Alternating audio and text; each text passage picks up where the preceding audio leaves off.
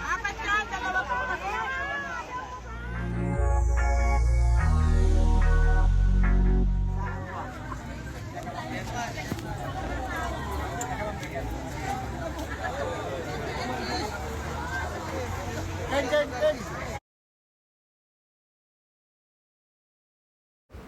Pinagkaguluhan naman nga itong si Claudine Barreto nang mamimigay ito ng tulong dito sa Tondo, Manila.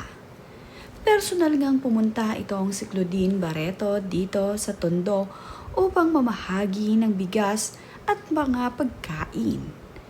Nagkakagulo naman nga ang mga tao dahil nakita itong si Claudine Barreto.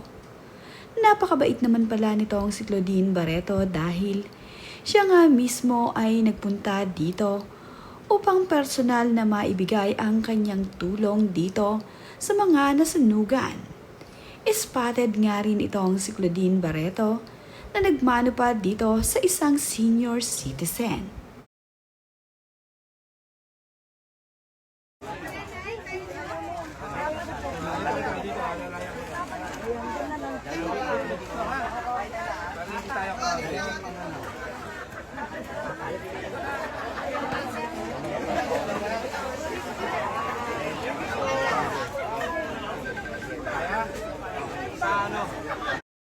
Kitang-kita naman nga kung paano magmalasakit itong si Claudine Barreto sa ating mga kababayan na nasunugan. At kapag nga mayroong nagpapapicture sa kanya at kinukuhanan siya ng kamera, ay humaharap siya. Ang ilan naman nga sa mga senior citizen na gustong makapagmano itong si Claudine Barreto ay nagmamano nga itong si Claudine. Talaga namang nagbibigay galang itong si Claudine Barreto sa mga nakakatanda. At makikita rin na kumakamay itong si Claudine Barreto sa mga gustong kumamay sa kanya. Wala ngang pinipili itong si Claudine.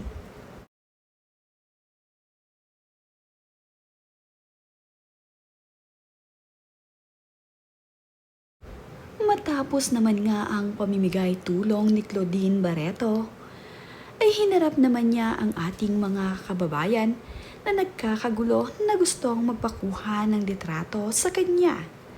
Isa-isa namang pinagbigyan ni Claudine Barreto ang mga ito. Talaga namang napaka-down to earth na tao ni Claudine Barreto at napakabait. Ang bawat bata, matanda at kung sino man ang may gusto ay kanyang pinagbibigyan.